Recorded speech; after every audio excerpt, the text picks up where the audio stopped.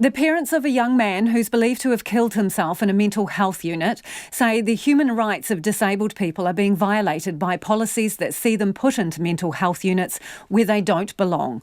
24-year-old Tamaki had fetal alcohol spectrum disorder, a neurodisability caused by drinking during pregnancy, and had been at Waitemata DHB's He Puna Wai Ora unit for about 3 years.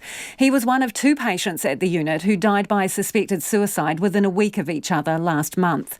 Tamakis' foster parents, Rita, a registered nurse, and Peter Wilcoxes, say a mental health unit was the wrong place for their son, whose condition meant he functioned at about the level of a 10-year-old, but they struggled to get the right help for him. And they say in the days prior to his death, they warned He Puna Wai Ora their son was in danger of taking his own life.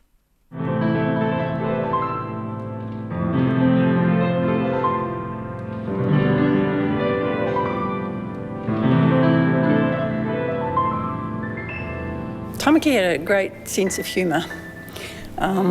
He would find funny things to laugh at all the time. He liked to watch Mr. Bean movies, and he was in stitches. He also was very kind and caring. He loved animals. He had a dog, which whenever he came home, he spent a lot of time with him. Not grooming him, he wasn't so much into that, but just cuddling him and taking him for walks. Yeah, we didn't really realise how musical he was when he was younger. He used to come with me to work at the rest home, and they had a piano there, and he would just started playing, and the residents there were very encouraging, and in no time he was playing songs that, you know, they thought were wonderful. The interesting thing is he couldn't read music, it just came out of his head. Yeah. He'd never played something the same, it was always different.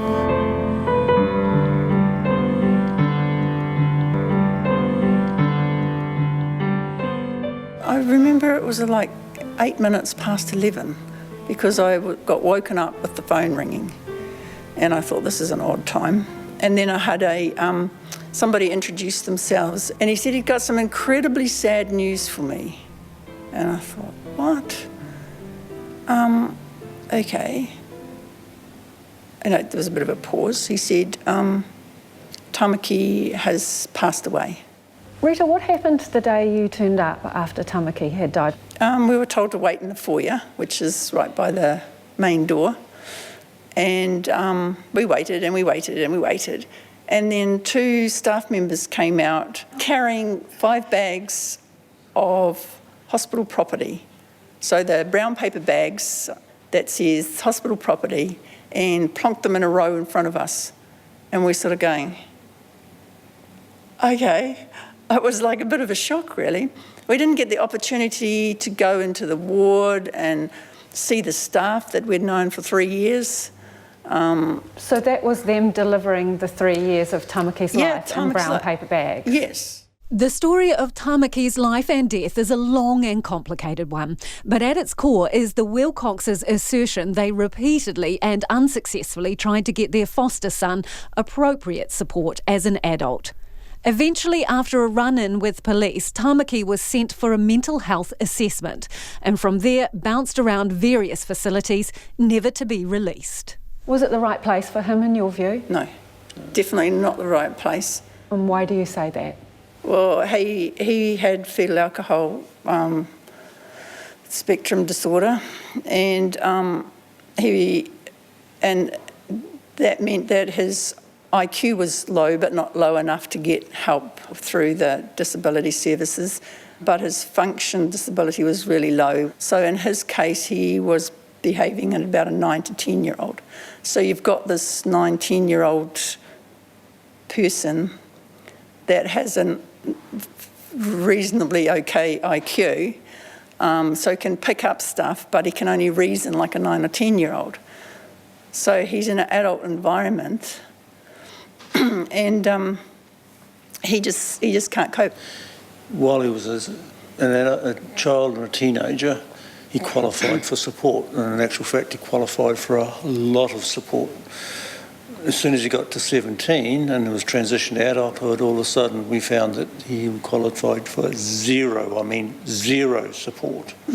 Nothing.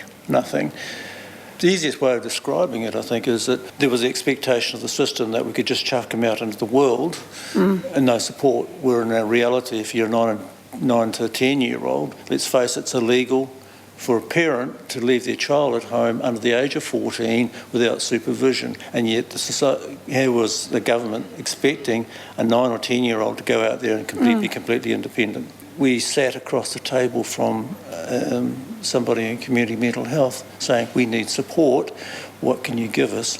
And basically it was the most uncomfortable time of Tamakis' life. We were looking at this person across the table and say, what do you suggest we do? And he said, I can't tell you, but we cannot provide any support for you.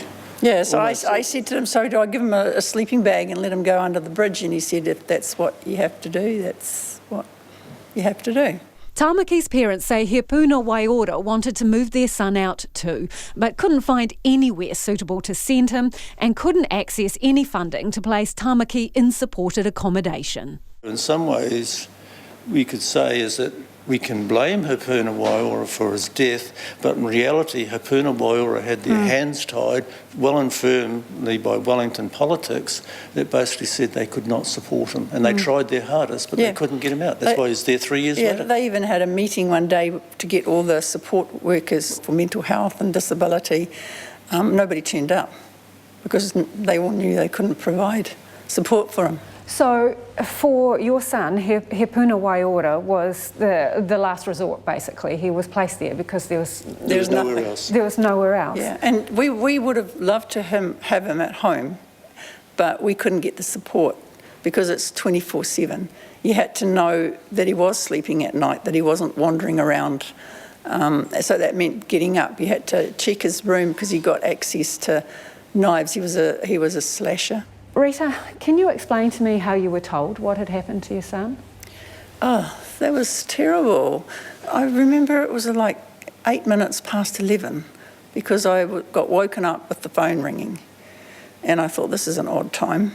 And then I had somebody introduce themselves and he said he'd got some incredibly sad news for me. And I thought, what? Okay. And there was a bit of a pause. He said, Tamaki has passed away. I mean, he said it very kindly, but it was just like I was half asleep. It was over the phone. And for me, I'm in bed beside Rita and hearing this conversation, it's like, is this real? Yeah. And it wasn't until the following day when I went into the coroners to actually look at the body that I could say, this is real. This has actually happened. It was like so surreal, that first 12 hours. Just couldn't believe it. Although we always expected it was a possibility, and when it really came, it was just, really? It was really hard. Rita, you said that the call to tell you your son had died came just a few hours after you'd spoken to the unit. Yeah. Why did you call the unit? What happened that made you have concerns? He rang me, and he often would ring once or twice a day. He rang quite late for him, but he said, I want you to remember I want you to remember these songs. This is for my wedding, this is for my funeral, and this is for my anniversary if I ever have one. And I said to him, Tamaki, I can't, I'm really tired, I'm having a rest, and the pen and paper's not handy, give me a ring in the morning, because he's done this before and I don't want him to know, I don't want to encourage him. Rita, a registered nurse, called Hepuna Waiora to let them know she thought Tamaki was suicidal. She says she had to phone several times before someone eventually put her through to the unit. They said they'd go and talk to him and keep a good eye on him. Keep a good eye on him? Yeah. Did they tell you what interval they would check him at? No. But I was later on told that he had a 10-minute window that he did this in. And all I can say, well, you can do a lot in 10 minutes, because... So from that you took it to mean he was on 10-minute observations? Yes. I always thought because of his copycat behaviour, because of what happened before, I would have assumed that they would have put him in to high care. But Tamaki wasn't in high care, and the reason Rita raises Tamaki's copycat behaviour is because in the same week, another Hepuna Waiora patient died in a suspected suicide. But the Wilcoxes weren't told that by the DHB. They say they stumbled across that information after dropping their son back to the unit following a home visit. Tamaki gave me a hug, went off, as he usually does, and I went home. When I got home, my daughter rang me and said, you need to check his Facebook page.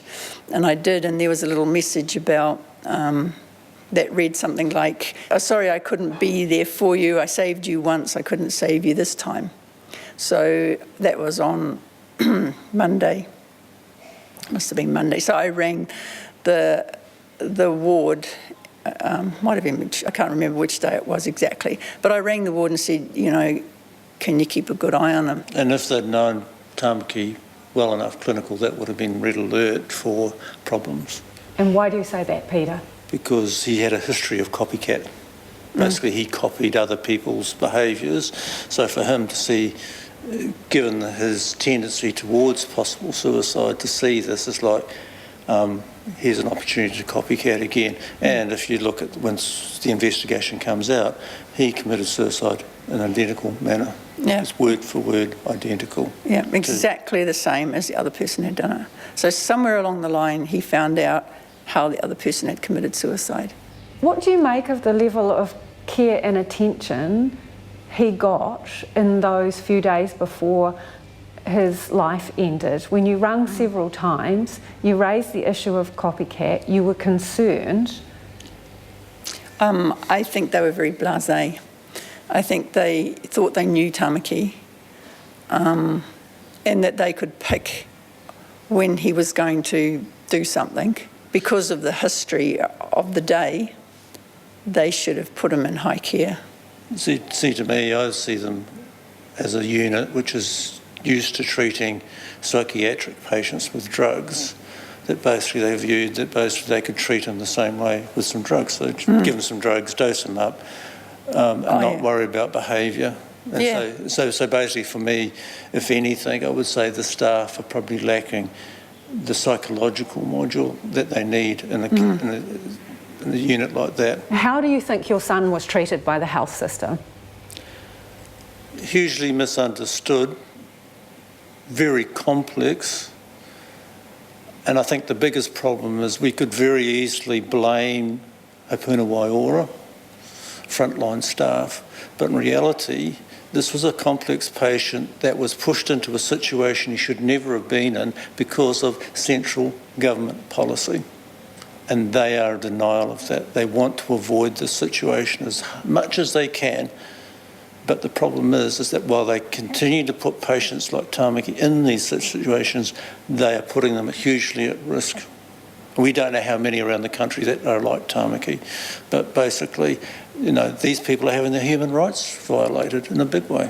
So realistically for me, the problem is the way in which currently fetal alcohol is dealt with. So do you think blindness, willful or otherwise, on the part of government contributed to the death of your child? To be quite honest, I'll be blunt, I believe it's willful on the part of the government because basically they know the problem.